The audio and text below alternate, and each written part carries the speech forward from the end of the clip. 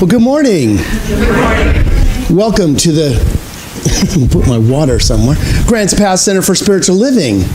I'm Reverend Steve Van Meter, and it's so good. Look at all these faces. Look at all these people. Wow, must be Christmas, right?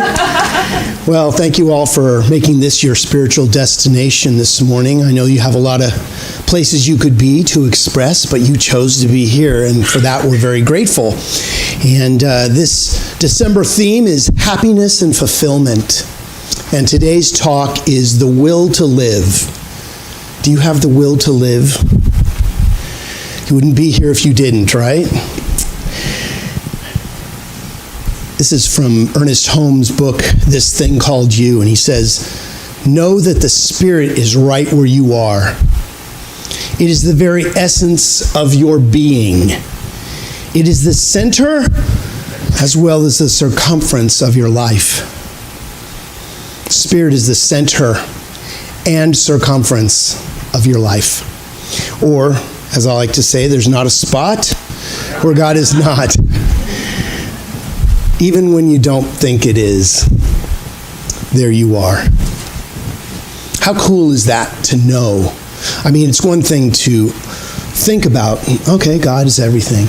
But when you know that everything is God, that you are, every cell of your being is God in form,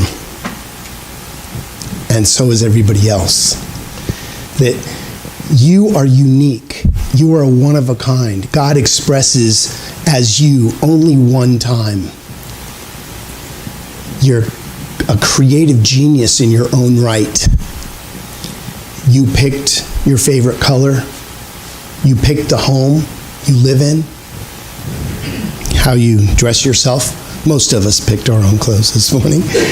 Well, I had some help matching my tie and my shirt. It's great when they put it all together in the store for you so you can buy the tie and the shirt together. Helps a lot of us out.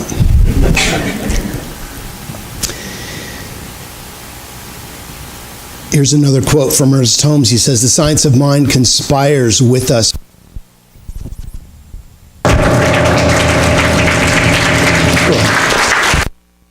force of being, which it hesitates to call God, but which it knows is a power greater than we are." See, I don't care what you call it. God, Christ consciousness, source energy, great spirit, high goddess, priestess of Delphi. Whatever is yours to call it is your business. That's your, just like you picked your own favorite color. You get to choose what you believe the infinite is. You know, there's only one mountaintop. There's only one power. But there are as many roads to that mountaintop as there are people. You get to choose what road. And this morning you chose to be here, to share a road, as it were. Although you drive your own car, right? Isn't that interesting? But it's great to be around like-minded people who believe the same thing, isn't it? There's something about being around people who understand you, who get it in a different way. And this isn't to minimize any other tradition. It's nice to be among friends, isn't it? So no matter what your past experience, as you start to learn what science of mind is and how to use it, your will to be in life will change. It said if your spirituality doesn't move you, then you need to move your spirituality. And I learned that growing up when my religion that I grew up with didn't serve me any longer, and I kind of just was unchurched for a long time. I just didn't do anything. I knew that there was something, I believed in something, but I didn't know what. And it was through a challenge in my life where I lost the will to live. Actually, I had the will to not live more than live, that paved the road for me to find this tradition, this teaching. It was through one of my biggest challenges in life, that I found my purpose in life.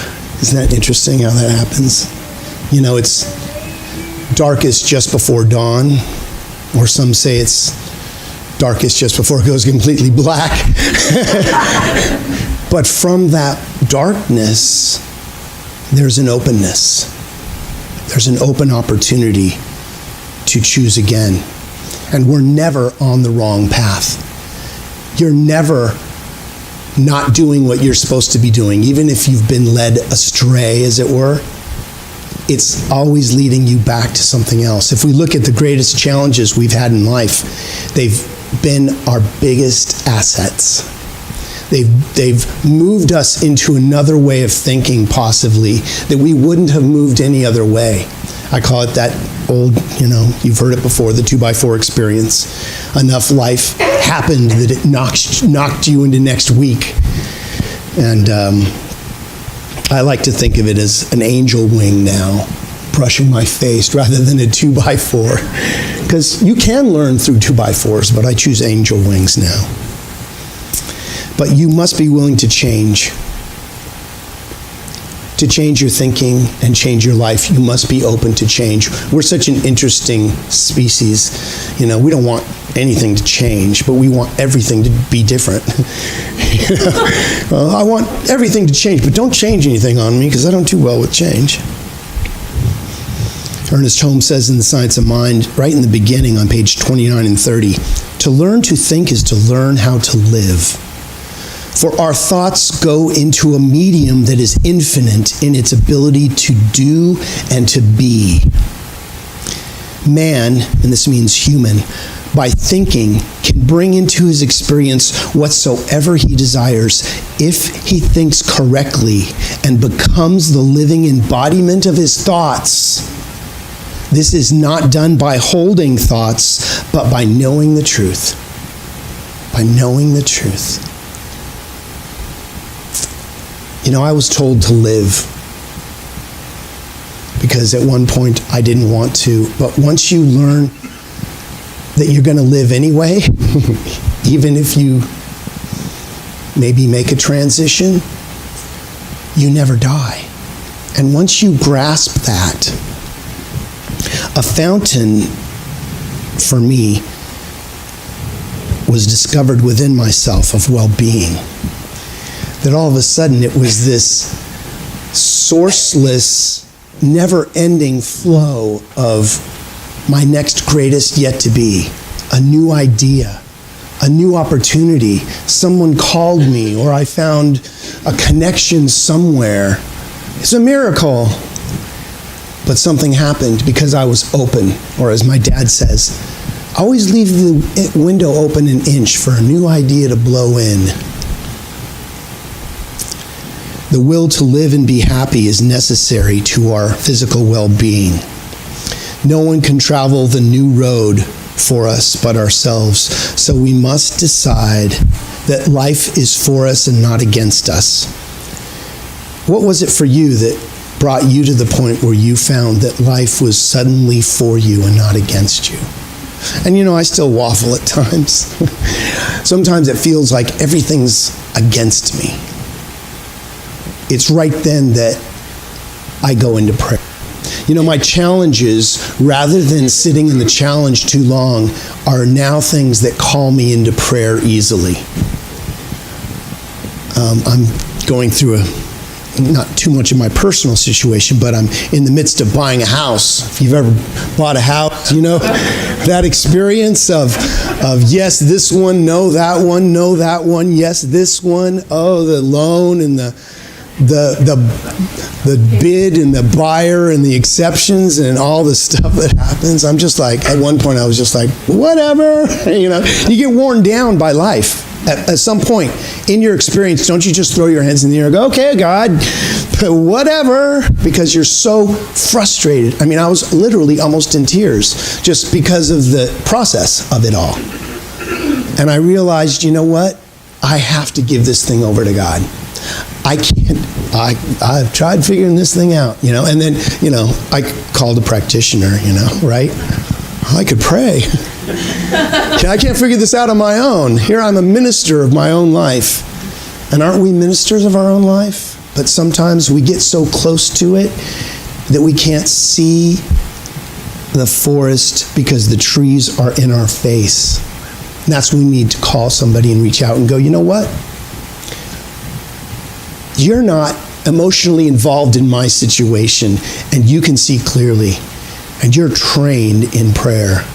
So I am knowing that you know the truth. I'm going to borrow your knowing for a little while. And that's what we do. All you have to do is believe that there is a way. You don't have to know what the way is, and a lot of times, that's none of your business. It's not your business to figure it all out, but see, we think it is. We think that we have to figure it all out. But we just have to know that there is a way and that miracles are possible. And then let go. It's the letting go part that I'm having a hard time with sometimes. I want to do it, and it's mine, and I'm going to do it. Watch me do this. But the second that I let go, you feel that rush, that essence move through you. And even if it's not completely resolved, there's a feeling of,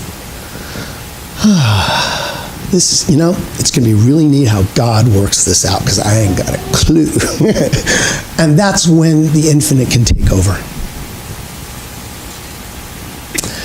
I look to the future with great and pleasurable anticipation, knowing it will expand my opportunity for radiant self-expression. It's Science of Mind, page 246.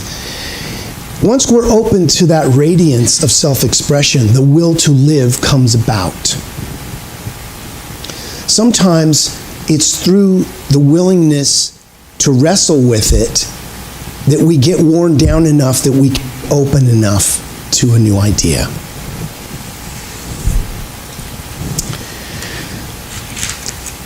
Maya Angelou wrote, I've learned that people will forget what you said. People will forget what you did, but people will never forget how you made them feel. How do you feel? How do you feel? A lot of times we spend a lot of extra energy on the details that will not matter. And it's just what we do as a species. Do you remember the excitement you felt when you started this journey called life? You couldn't wait to discover something new, to spread your wings and show what it looks like for God to uniquely express itself as who and what you are. Everything is here to help us. Life doesn't inconvenience us, it assists us. A lot of times we're feeling bugged by life, right? What is this? Why is everybody bugging me? If we can look at it differently, if we can change our perspective of why we're here and what our purpose is, life will take a whole new energetic. Because really it is about energy. The will to live depends on our rediscovery of who we came here to be, what we wanted to experience, and how we wish to express ourselves. To remember that which created us lives within us always and forever. The Book of Joy by the Dalai Lama wrote, the central pillars of joy are our ability to reframe our situation more positively, our ability to experience gratitude, being thankful for what we have, our choice to be generous. He says, I am fortunate to be alive. I have a precious human life, and I am not going to waste it. I'm not going to waste it. There's been times when I felt like I was just wasting my time. I was just kind of spinning my wheels. But again, if you look back, whatever spun your wheels, got you here, right? You're here now. So rather than spending a lot of time on cursing what God is here, let's just bless it and go, you know what? I'm here now. Where am I going? What do I choose to be, do, and have? And what do I believe myself to be in this moment? So I've did some research on the internet and found a couple stories about this. They're really short, but it's I'll give credit here where it's due. It's from markandangel.com, and that's MARCANDANGEL.com, and this is from 16 stories of regret that will change the way you live. First one goes like this. In the final decade of his life, my grandfather woke up every single day at 7 a.m. and picked a fresh wildflower on his morning walk and took it to my grandmother. One morning, I decided to go with him to see her. And as we placed the flower on her gravestone, he looked up at me and said, I just wish I had picked her a fresh flower every morning when she was alive. She really would have loved that. Makes you really want to look at what we're doing today and maybe make different choices. And this other one says, this afternoon I was looking through an old Windows laptop that my dad used several years ago before he lost his battle with colon cancer. The laptop has been sitting around collecting dust at my mom's house ever since. In a folder named Video Project, oddly placed at the root of the C drive. Those of you who know computers know that that's kind of like a weird, like somebody will find it there.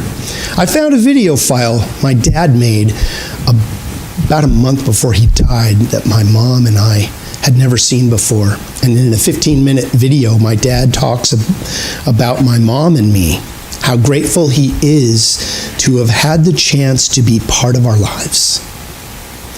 And that he has no regrets about anything in his life, and that he is totally at peace. He ended by saying, I know you two will miss me, but please smile for me because I've lived well and I'm okay. Really, I'm okay. How powerful is that? So in conclusion, the truth is each one of us must find our own will to live. I believe this is the reason for each of us being here on this plane of existence, is to live a life that we love, that when we look back we don't regret. I don't want to be in a hospital bed going, I wish I would have fill in the blank. I want to do it. I want to do it in the style and manner I choose. It's up to each one of us to discover what our divine, magnificent God self is. You know, each one of us is a minister of our life. You're a minister if you believe it or not. You get to choose what you have for breakfast, where you worship and how, what you believe. How's the catering at your event going? How's the spiritual enrichment? We are each given free will and choice because God so loved each one of us that it gave us the ability to create. And here we have our lives. This love is worth finding because when we do, you make good choices. You realize that no matter what you've done or where you've been, you are loved beyond your wildest dreams. My wish for each one of us today is that we make that choice when we wake up and we discover our divine magnificence. We self-discover and behold the place where God shows up. And so it is.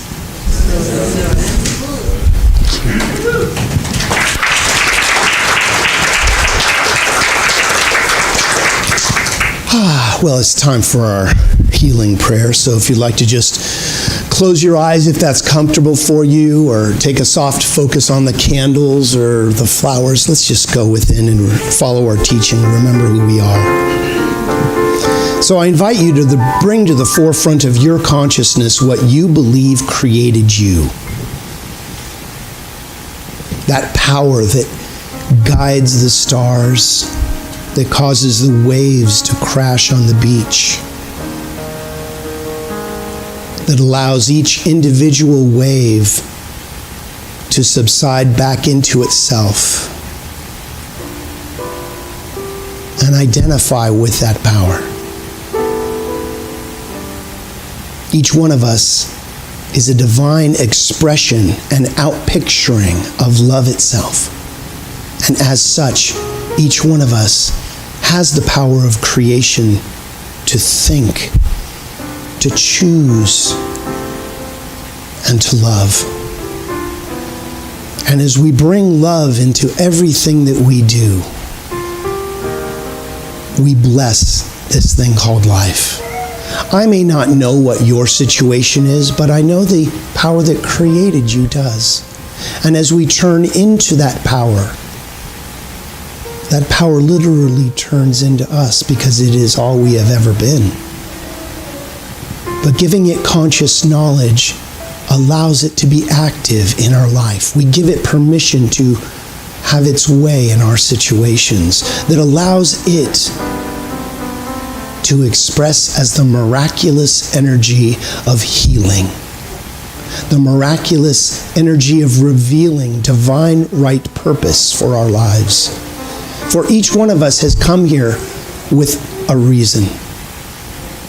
We may or may not know exactly what that is, but I know, again, that God knows. So I speak a word for anyone, anywhere who has asked for prayer.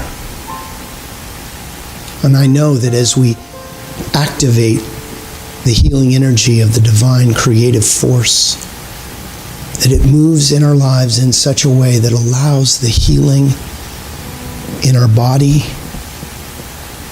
the right cells to go to the right places, and in the body of our affairs, anything that we are experiencing that may need divine intervention, I call that forward. Divine right action in every situation, if that is what you choose. How good it is to know that as we give ourselves permission to love, that love is the very healing elixir and glue that holds the very universe together. And we are so grateful. Thank you, divine, infinite, loving Spirit, for this thing called life, for every situation. No matter what it may look like, I know God means it for good. So we call out the good in every situation. And we are grateful. We are blessed as our cup runneth over. Our hearts are overfilled with joy and love, peace and harmony. So we let go. We completely release this word directly into that living, loving law and power that knows exactly what to do, how to do it, when to do it, and does it perfectly. As we let go, we let God be God in us, as us, because this is truly the truth of what we are. As we affirm this and anchor it together by saying, and so it is. Amen. Okay.